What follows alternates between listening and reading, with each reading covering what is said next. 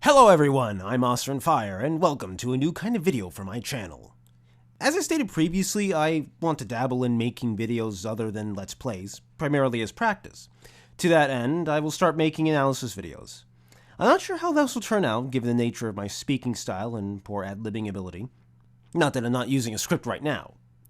At any rate, I figured that my first video should be more closely related to the channel's normal subject, games. More specifically, mods. It is no secret that I love mods. The vast majority of videos on the channel are mods or contain them. For this reason, today's videos will be a list of my top 5 favorite mods.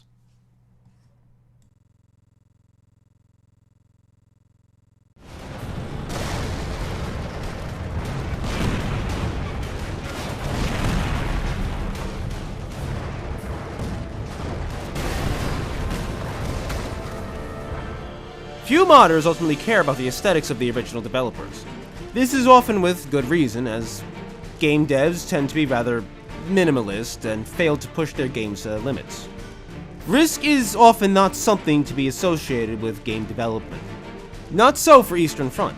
The mod team went to great lengths to ensure their mod resembled an official expansion to the game. This drive to give the mod a veneer of official content has paid off. Eastern Front is among the most polished mods I've ever played.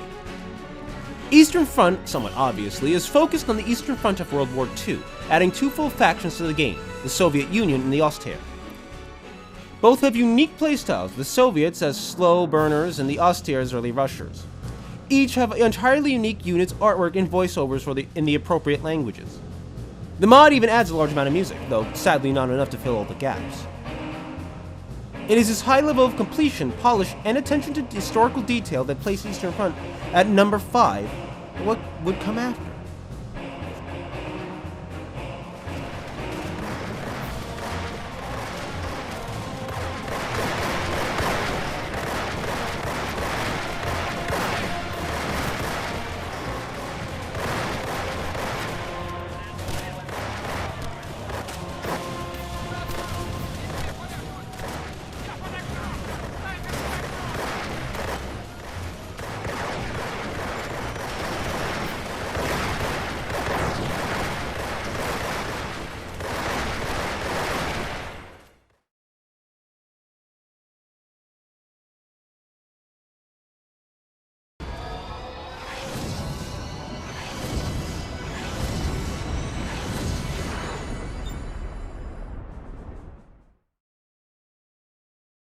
A large number of mods often end up in development hell. It seems that many aspiring modders often underestimate the time and the effort required to make something good. I have seen a fair number of ideas fade into the shadows for want of a dedicated team to see them through to completion. Not so for Star Trek Armada III. A year after the mod was announced, the team released their 1.0 version to the public, and it was a surprisingly complete package, given that most mods are not. This first version was released with 4 factions. The Federation served as an economic power, the Klingon Empire rather obviously as an aggressive military power, the Romulan Star Empire was primarily cultural, and the Borg as the Borg. Call to Arms, Armada III's 1.1 version, changed the Romulans slightly, giving their fleets an emphasis on capital ships and a powerful and less numerous assortment of frigates and cruisers. Call to Arms also added the Cardassian Union, which utilizes a unique set of mechanics to convert the factions to either something purely Cardassian, or one allied with Dominion and thus able to access Dominion and Breen ships. In addition to new factions, almost everything else about Sins of the Solar Empire is changed. New icons, new maps, new sounds, even an amazing soundtrack and remastered tracks of the original Armada games serves to make all of Armada 3 a complete experience. Perhaps my only gripe with the mod is that it doesn't try hard enough to stay away from more traditional Sins mechanics, such as carriers and long-range frigates. These elements aren't particularly prevalent in Star Trek and tend to detract from the setting a bit, but they are minor annoyances. The real question is, how can such a complete mod be only number 4 on this list? And why did my voice have to crack at that exact moment?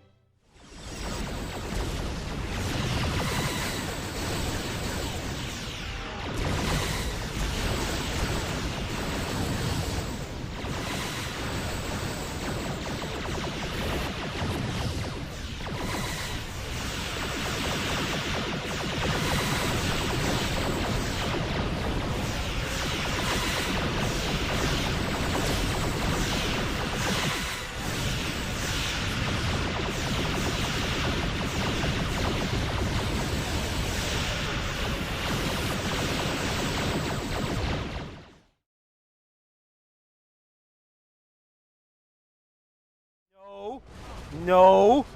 No. No. No. No. No. No. No. No. That is very bad. Can they not cross the bridge, please? Oh god, they can cross the bridge.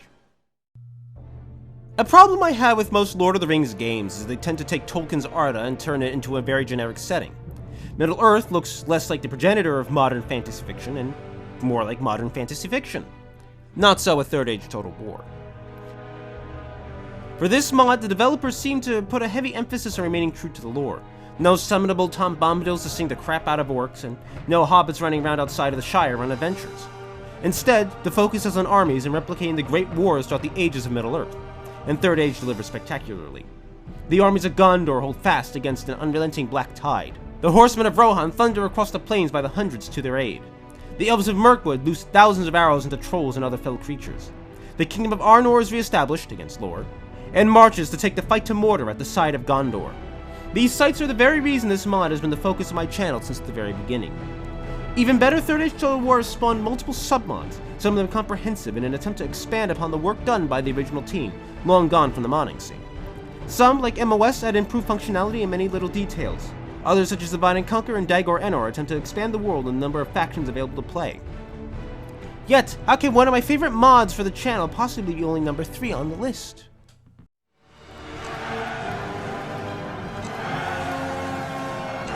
The free peoples of Eriadan have united under one banner to restore the glory of the past.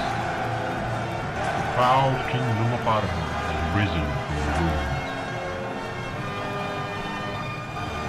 A new hope is kindled in the hearts of all who stand against the shadow.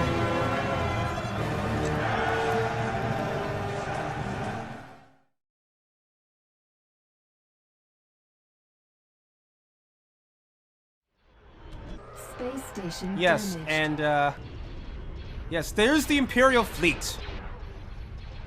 Look at that. Look at that. Look at this battle. Like the last time like the one I tested it before, it looked really cool, and I think it's actually kind of measuring up now too. Look at this. Look at this. This looks so cool. Except for that part where we fly through the Golan space station. Star Wars has spawned many great games over the years. TIE Fighter, Rogue Squadron, Knights of the Old Republic are among them. Yet, despite being a setting that revolves around wars in space, Star Wars has never generated a great strategy game.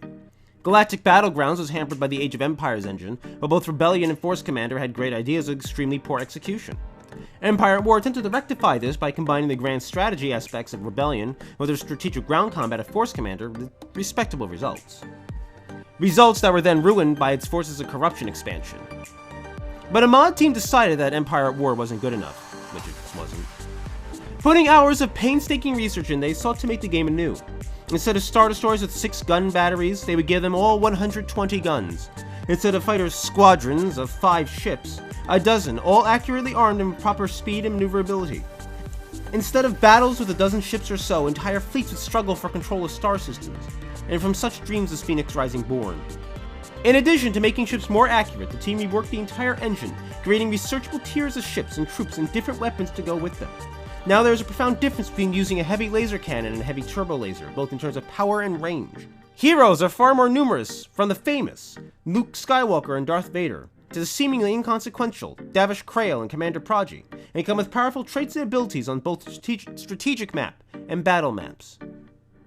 All of these details serve to make Phoenix Rising among the most immersive gaming experiences I've ever had. Yet the question remains, what is my all-time favorite mod? Affirmative.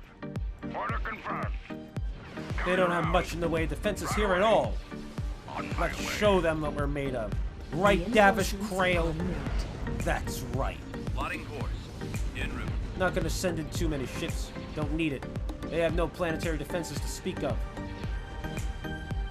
Just an escort carrier and a couple of frigates.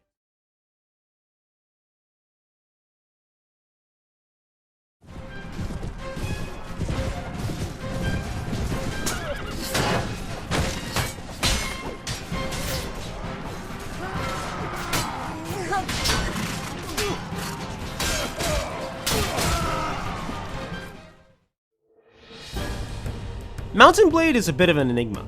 It is a game that combines very poor production values with simple and intuitive gameplay for a solid and addicting experience. Played properly, Mount & Blade and its sequel, Warband, are almost entirely skill-based games, demanding the player truly get good at a game to have the best experience. Additionally, the game's single-player modes are largely sandboxes, allowing players to forge their own destinies in the world of Calradia.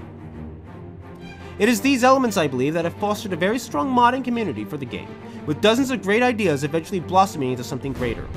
From the last days in Star Wars Conquest for the original game, to Britain Walda and Persino for Warband, Mount & Blade has served as a platform for many fantastic ideas. Yet, one mod stands above them all in terms of ambition and imagination: Prophecy of Pendor. The brainchild of Tailworld's forum member Saxon Dragon, this mod turns the game, which suffers from having a very generic and bland setting, into an entirely new land, Pendor, a fractured nation filled with mystery and fraught with danger. It is a considerably more difficult game than vanilla, with dangerous bands of brigands and cultists around every turn. The early game will often be spent struggling to escape foes and make even a few coins to improve yourself and your companions. Along the way, you'll meet companions of varied backgrounds. Some will be down and out in their luck, seeking a good captain to follow. Others will be powerful knights and good companions to have fighting at your side. You'll fight 4 of the petty kingdoms throughout the land and try desperately to befriend the weary elves of the south. And all the while, the prophecy itself will stay in the back of your head, for it is your destiny to reunite this broken land and protect it from those who would devour it as locusts. Of all the mods I've played, Prophecy of Pendor is the grandest adventure of them all, daring me to explore a fully fleshed out world that pushes Warband's engine to its limits.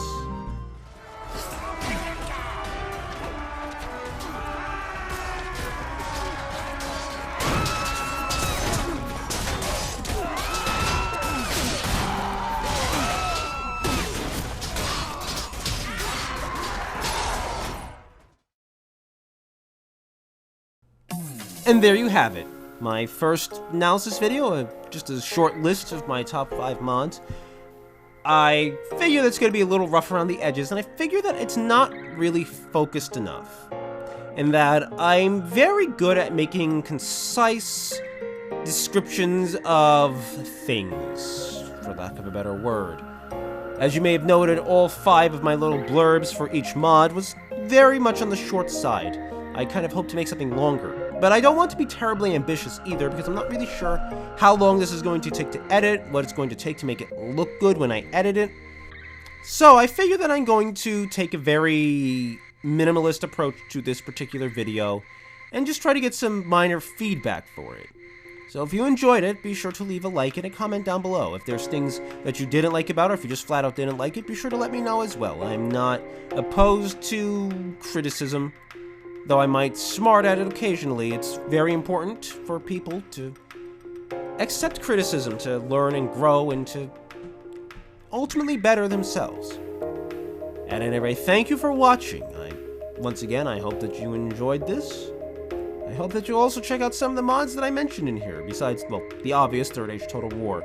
And I will catch you next time, as I hopefully get back into Let's Plays.